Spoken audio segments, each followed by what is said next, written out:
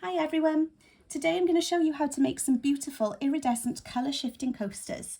Everything I'm using today is from Just For You online, and the star of these coasters are these, which are the purple Opal Flakes. You can see they're a really fine glitter flake and they've got multiple colour tones in there. You'll see more when I start to brush them on the mould, but they go from gold to pink to magenta to purple to green to aqua. Just a really, really beautiful glitter to use. I'm also going to be using the jet black epoxy pigment paste, which is a really rich, thick quality paste that is going to create a wonderful depth of colour and look really striking against the purple opal flakes. The resin I'm using today is the high gloss resin, which is the low viscosity resin from Just For You online. This is going to be perfect for pouring into these coasters because I've chosen to use the agate style coasters, and this is going to get right into all the edges and leave me with a really crisp finish. It's also got high heat resistance, which is perfect for coasters, and minimal bubbles. So I'm not going to be sat there trying to pop bubbles for ages. I've also got two mixing pots. The mould that I'm using takes about 150 mils of resin. Unfortunately, all my bigger pots are no longer usable, so I have had to resort to 200 ml pots today, so I'm going to mix up two of those. I've got some paper cups for mixing up my black resin and some mixing sticks, just plain wooden lollipop sticks. I've got a plain soft bristle paintbrush here. This is just a normal paintbrush that I got from a regular craft store. Just make sure that it is soft bristled. If you use a stiff bristle paintbrush, you might risk damaging the surface of your silicone mould and leaving marks on it, which of course you don't want to, because you want to have that wonderfully shiny finish. And then thinking about safety, I've got a pair of nitrile gloves just for protection for my skin. I'm not wearing a respirator today. The good thing about working with the Just For You resin is that it's non-toxic and it is safe to be used without a respirator, providing that you're working in a well-ventilated area, which I am today. I'm working in a large space and I've got lots of fresh air circulating, so I'm choosing not to wear one today. You can of course wear one, and if you're sanding resin, it is imperative that you wear one because epoxy resin dust could be harmful. But for the purposes of this today, I'm choosing not to wear one. Right, let's get started. So I've just brought you down a bit closer so you can see what I'm going to be doing in more detail. This mould is a mould I've had for a while, as you can tell. It's been used for this purpose before, hence why there are little flecks of opal flake already on the mould. You can of course wash your moulds afterwards, but this one for me is my dedicated mould for brushing pigments and glitters onto the surface, so I really don't mind if there's a little bit of overlap. Right, so what I'm going to do, I'm going to take a small amount of the opal flakes.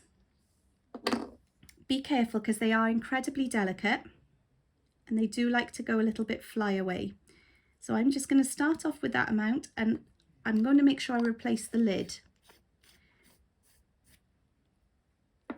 And then just using my soft paintbrush, I'm just going to brush these flakes directly onto the surface of the mould.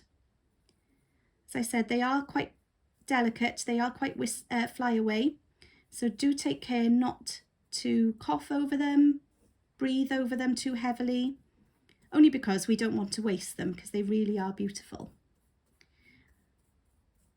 I'm just brushing them in, and what I'll do is once I've covered the surface of this coaster with these opal flakes, I'll lift them up to the light so that you can see the colour shift that's going on. I find this a really therapeutic thing to do, just watching the colour spread across the surface of the mould.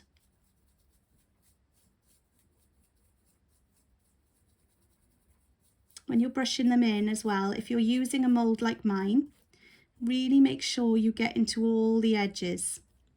If you don't want to have the flakes going up the side of your coaster, you can always edge them afterwards using an edging pen. Just For You online do have some beautiful, good quality edging pens. Or if you're like me and you always like things to be the natural beauties that they are, you can just leave them. But really work. You can see that was only a tiny amount, and you can see how well they've spread. You don't need a lot, but of course you can always take a few more, which is what I'm going to do for this area up here. if you find you've taken more than you need, you can always use your paintbrush to scoop some of them up and just place them either back in the pot or onto another section of your coaster mould.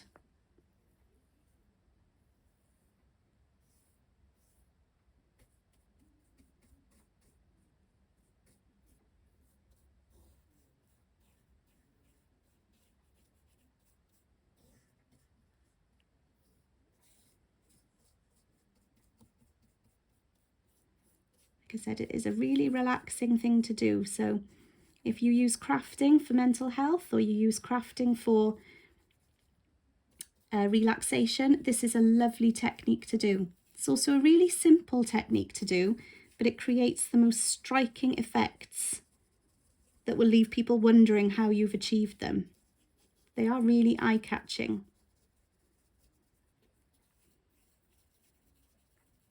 So you can see I'm just really working that paintbrush, and because this is a soft bristle paintbrush, it's really good at spreading the colour without damaging my mould. And if you think you need more, chances are there's more left on the surface of your mould, so always scrape across from other sections before you take more out.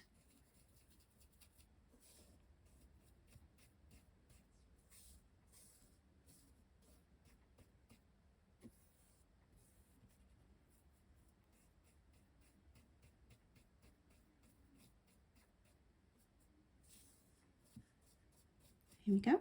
Right, I'll lift this up to the camera.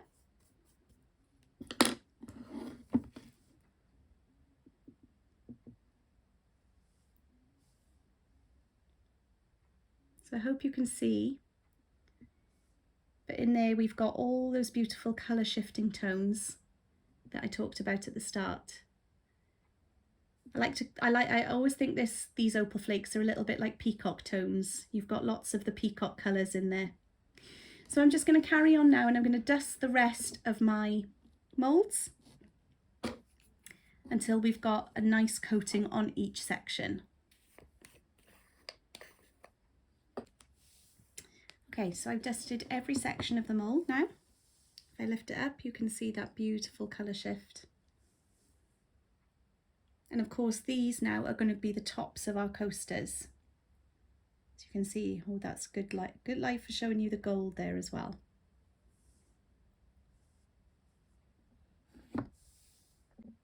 Okay, so the next thing I need to do now is mix up the resin.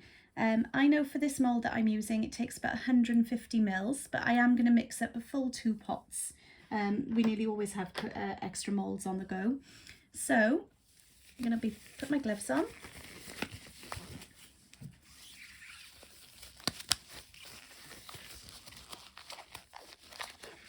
And I'm going to start off by pouring the resin first. One of the things I love about the Just For You online big bottles is they have this little pull-out stopper, which helps to keep your bottle clean and stop any overspill of resin, which of course helps to stop any waste. So make sure your pot is on a level surface.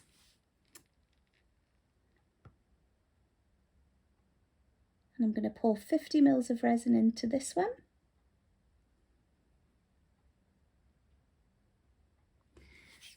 And I'm going to pour 50 mils of resin into this one.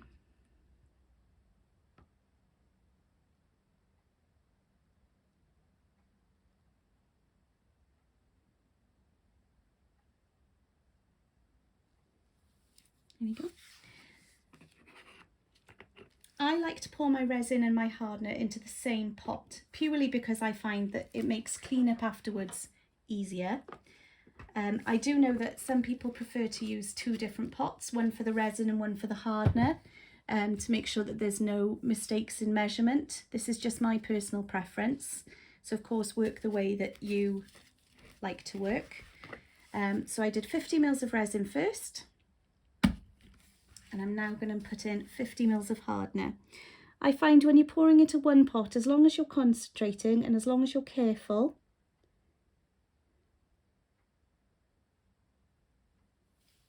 you can make sure that you don't get the wrong measurements. Sorry if you heard clicking then, I was accidentally knocking my camera stand. we go. So by the time this is mixed up, I will have 200 mils of resin to work with. So the high gloss resin has a mix time of about 3 minutes. But as with any resin, it also depends. You can see already that there are minimal bubbles in there, and as I'm mixing, those bubbles are going to also come to the surface and they're going to pop on their own. Can you also see that once I start to mix this resin, you start to get streaks? And that is completely normal. That is just where the two parts of the resin are coming together but haven't yet fully combined. And that's what I was going to say earlier. It has a work time, a mix time of about 3 minutes, but I also go off the look of the resin. And this one, the high gloss resin, is really easy to tell when it is mixed fully, because these streaks will disappear and you'll be left with what looks like water, basically, because it is low viscosity and it is crystal clear. So it really does look like a cup of water, but obviously don't drink it. As you're mixing your resin, always as well, make sure you take care to scrape the sides of the pot fully to get any bits of resin or hardener in so that you can fully mix them.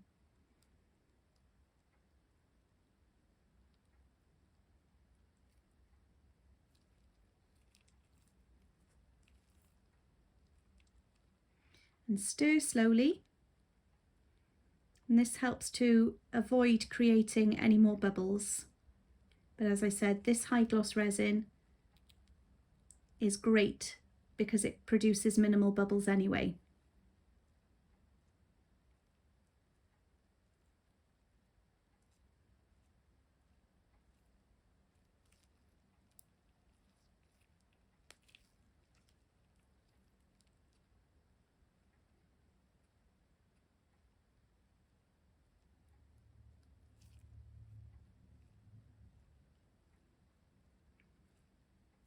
I tend to stir it in one direction as well, but I do scrape the sides, and occasionally I will bring the resin up from the bottom just to make sure that any bits of resin and hardener are brought together.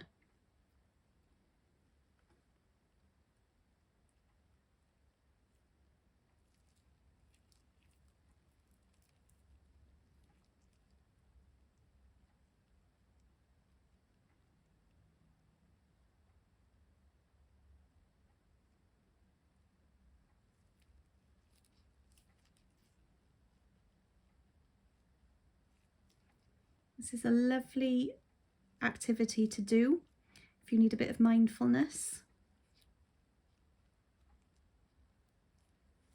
Really helps you to focus on being in the moment.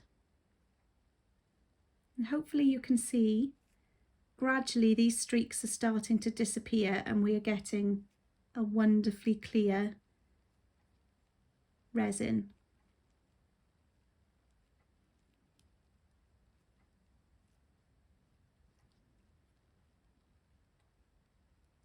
Forget to keep scraping the sides.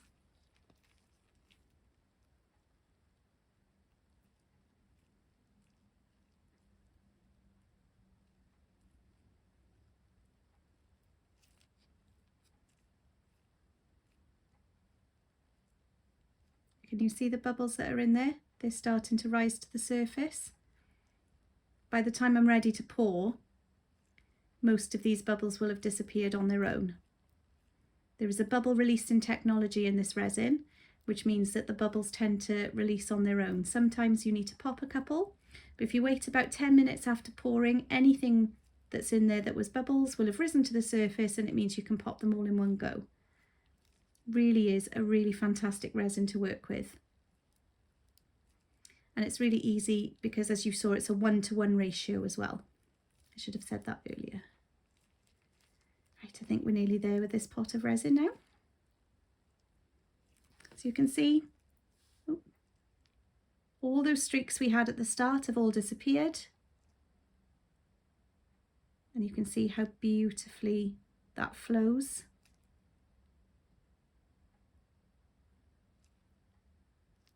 So I'm going to get on and I'm going to mix the next pot. So the next thing I'm going to do is I'm going to take one of my cups and I'm going to pour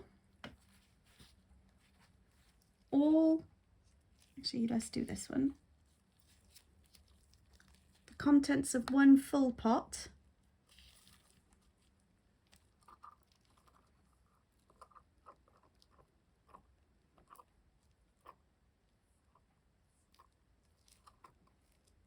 Into my pot, into my cup.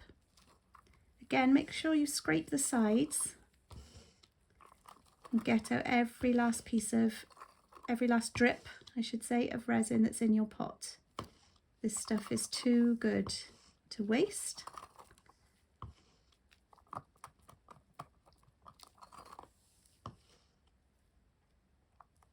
So there's one full pot of resin, and I'm going to pour half of the other pot, just roughly.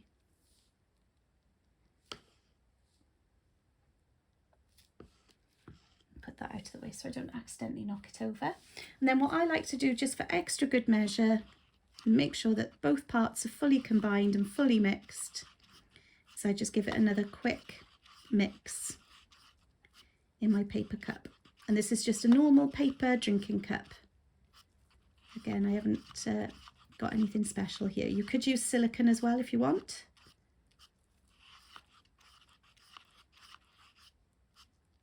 There we go. So I'm going to scrape any resin off the stick.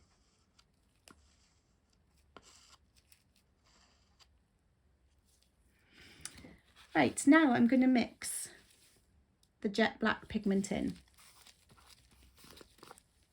So you can see it's a really thick, a really glossy pigment paste. It's got a really rich black colour. So you don't need a lot. I'm using the end of a lollipop stick. Just about that much.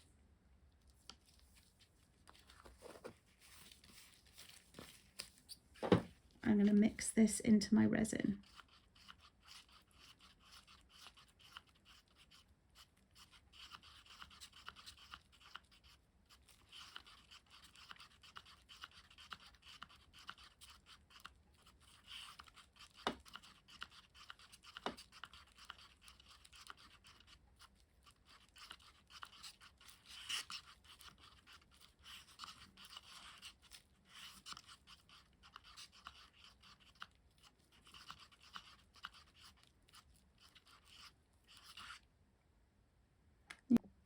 Okay, so all that's left to do now is to pour our beautiful pot of high gloss resin on top of these. And what I like to do is like to pinch the side of my cup slightly to create a little point, because it just makes it easier to control. And we're just going to pour.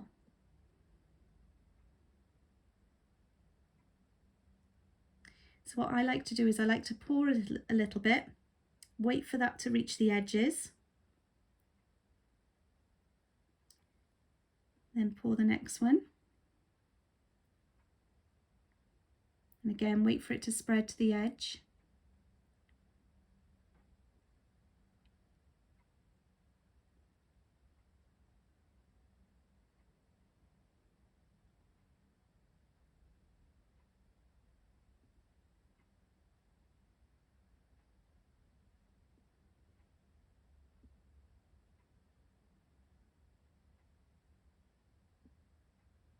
Obviously watch for any drips.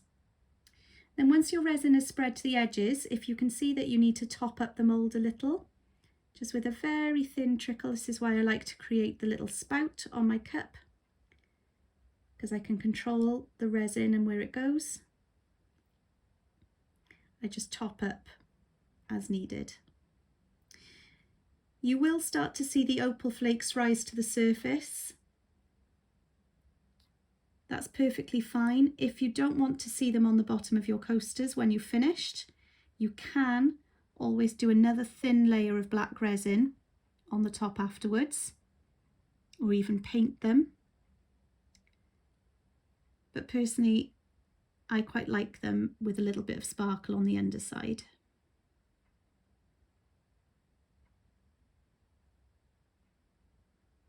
Okay, so those are nice and full. You can see I've also dusted the middle section. Never waste anything. So I'm going to pour the last of my resin in there. And that will make either a statement necklace or an inclusion for another piece of resin that you're working with. You could put it into a trinket tray. You can see I really have used every last bit of that 150 mils of resin to fill this mould. So what I'm going to do now, I'm going to wait just about 10 minutes and then I'm going to pop any bubbles that come to the surface. Okay, so I've left these for about 10 minutes now.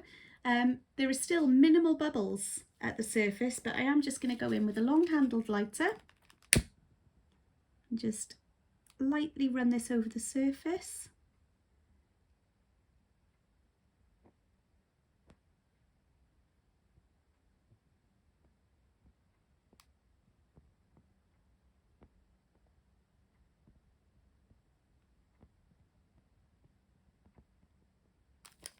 And that just pops any last bubbles. Okay, so we'll come back tomorrow for the demold.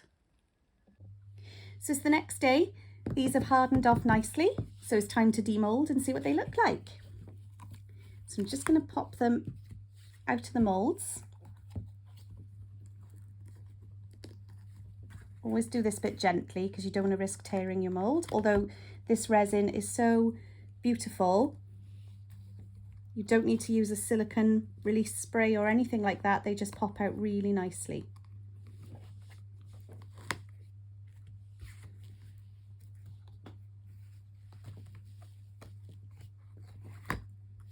And of course the little bit in the middle.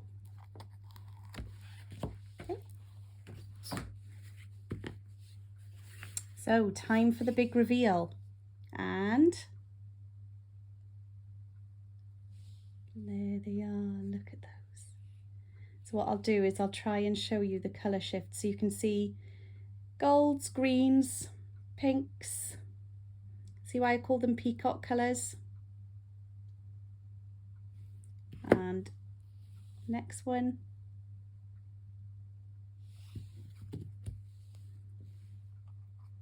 See, each one is as beautiful as the last.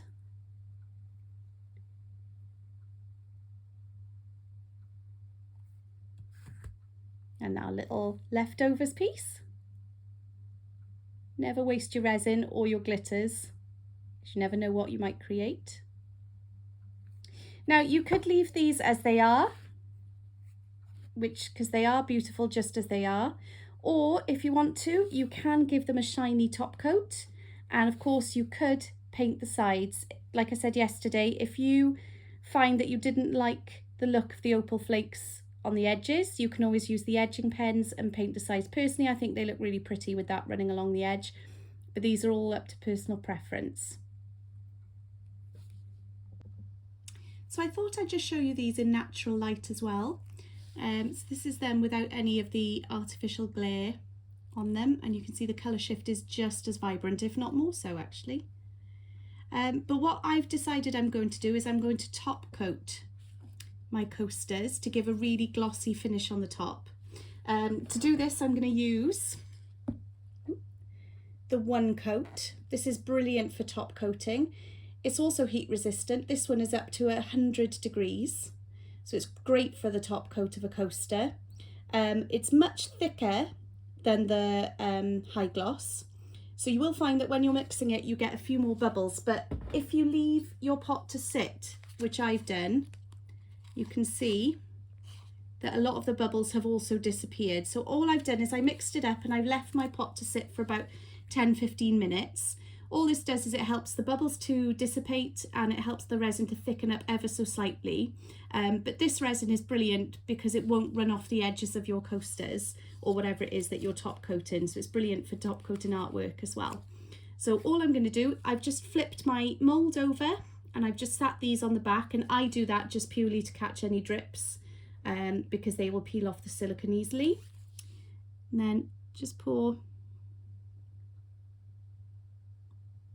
a tiny bit into the middle.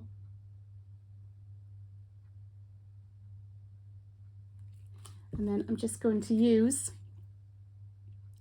a lollipop stick and I'm just going to work it to the edge of the coaster. This is just going to give a beautifully glossy finish to the surface of the coaster and add that little bit extra heat resistance as well. You don't have to do this. The opal flakes are not going to rub off the coaster, so it's not to seal it or anything like that, but it's just to add that little bit of extra wow factor if you wish to do so. So I'm just going to carry on doing the rest of these and then I will show you the finished product. So this is about 2 hours after pouring the one coat and it's already touch dry. I'm not going to push my finger into it yet because it's not fully cured, but it is touch dry. And you can see that they have left the most gorgeous glossy finish on the top of the coaster. I made a set of these before, so I thought I would just show you the difference. This is one that isn't top coated, and this is one that is.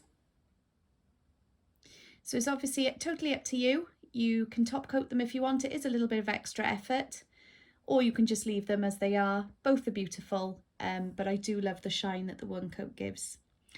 So thank you for watching the tutorial. I hope you've enjoyed and inspired you to have a go. Don't forget, everything you need to make these is available from Just For You online. Thank you for watching.